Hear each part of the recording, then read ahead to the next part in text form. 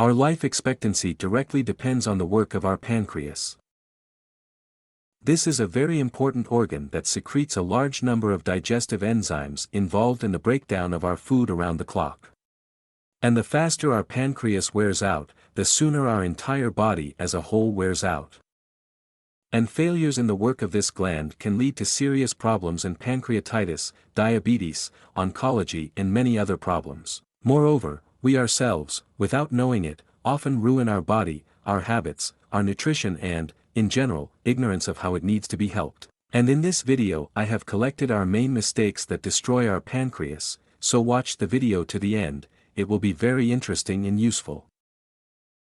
The first product that is extremely harmful is trans fats and margarine. The harm of trans fats has been proven many times, and they ruin not only our cardiovascular system, but also the pancreas, too. Because trans fats do not occur in nature at all, it is an artificially chemically derived product and therefore the body does not even know how to interact with it. As a result, trans fats accumulate in the body, there are even approximate calculations that they linger in our body for up to 50 days, and then they provoke inflammation, provoke oncology and ruin our pancreas in particular, too. So margarine is generally an absolute trans fat. Moreover, spenders are found in many other products, since it is a cheap substitute for real natural fat, then they really like to shove it into confectionery, for example. It can also be added to milk chocolate, to sweets, in low-quality mayonnaise, it can be in sausage products and so on.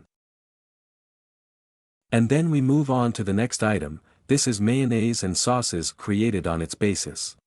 About low-quality mayonnaise, where there are substitutes for real milk fat, I just said, but even mayonnaise prepared according to a traditional recipe can be harmful. The thing is that the high fat content, which is inevitably present in mayonnaise or sauces based on it, is mixed in such products together with acetic acid and mustard, and all this gives a rather tough cocktail for our stomach mucosa and as a result provokes increased production of digestive enzymes, and this will lead to inflammation of our pancreas glands. That is, even real, traditional, high-quality mayonnaise is not very good from this point of view, and what can we say about those mass-produced factory products that are sold in supermarkets, because there the whole thing is fertilized with a significant dose of very undesirable additives, various preservatives, thickeners, flavor enhancers and so on. The next point is quite obvious, but it is impossible not to say about it, because otherwise you would have written in the comments, but how could you not say about it? It's alcohol. In general, alcohol of any kind affects our pancreas very badly. Of course, strong alcohol affects much worse than not strong, and a large amount of alcohol is significantly worse than a small amount of alcohol. The fact is that our pancreas does not have special enzymes that would directly affect the assimilation of alcohol and therefore its toxic effect will spread to the pancreas directly. So what about those who like to drink something periodically? And there is a very average and conditional recommendation of doctors, to consume no more than 20 grams of pure alcohol per day. This will roughly correspond to a can of beer, but it should be understood that this is very conditional. This does not mean that you can drink a can of beer every day and think that what a cool person I am, no. This simply means that by consuming more than this norm, you are already doing much more harm, because the harmful effect begins to increase literally exponentially. And we go on. The next item is sausages and various smoked meats. This category includes all semi-finished products, various canned meat, sausages,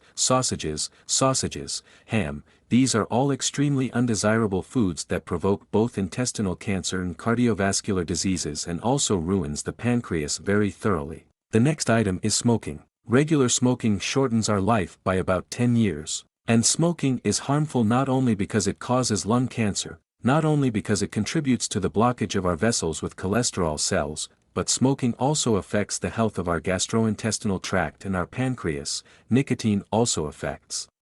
So what can I say? If you smoke, just quit this bad habit. The next item is carbonated drinks. The fact is that the gas bubbles contained there can irritate the walls of our digestive tract. And if you get too carried away with soda, they can provoke the development of gastritis and pancreatitis. But the most dangerous are not just carbonated drinks, but sweet carbonated drinks. Because in addition to the fact that there is ordinary carbon dioxide, Those horse doses of sugar can provoke inflammatory processes in the digestive tract. And of course, if you remember about one of the previous points about alcohol, then a killer cocktail will be mixing strong alcohol with fizz, for example, rum and cola there, and various other popular modifications. This is immediately hello to the pancreas. The next item is coffee. And here I hasten to reassure you right away, I will not say that coffee cannot be consumed in any form and never. A small amount of coffee is acceptable and will not cause much harm to your health. But here the details arise. The fact is that a small amount is understood by everyone in their own way, and also each organism reacts differently to coffee, so for each individual organism, the rate of coffee consumption may also differ.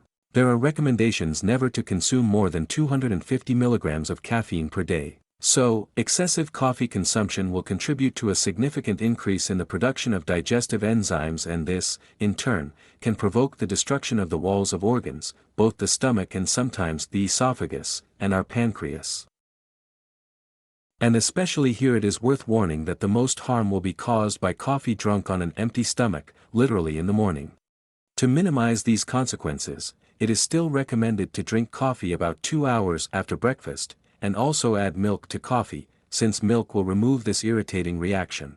And of course tends not to drink a lot of very strong coffee. And if you liked this video, then like and subscribe to my channel. See you later.